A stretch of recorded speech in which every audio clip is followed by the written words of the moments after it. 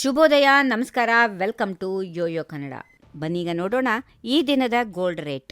Dollar ಮೌಲ್ಯ ಕುಸಿತ, ಜಾಗತಿಕ ಮಾರುಕಟ್ಟೆಯ ಭಯ ಹಾಗೂ ಅಮೆರಿಕದಲ್ಲಿ ಬಡ್ಡಿದರ ಕಡಿತ ಆಗುವ ನಿರೀಕ್ಷೆ ಹೆಚ್ಚುತ್ತಿರುವುದರಿಂದ ಬಂಗಾರ ಮತ್ತು ಬೆಳ್ಳಿ ಬೆಲೆಗಳು ಭಾರೀ ಏರಿಕೆ ಕಂಡಿವೆ.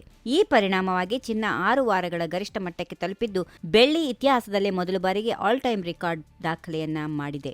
ಬೆಂಗಳೂರು ಮಾರುಕಟ್ಟೆಯಲ್ಲಿ 24 ಕ್ಯಾರೆಟ್ನ ಚಿನ್ನದ ಬೆಲೆ 10 ಗ್ರಾಂಗೆ $1,30,480 ಆಗಿದ್ದು, $967 ಹೆಚ್ಚಳ ಕಂಡಿದೆ. ಹೀಗೆಯೇ 22 ಕ್ಯಾರೆಟ್ನ ಚಿನ್ನದ ಬೆಲೆಯಲ್ಲಿ ಕೂಡ 10 ಗ್ರಾಂಗೆ $1,19,600 ತಲುಪಿದೆ.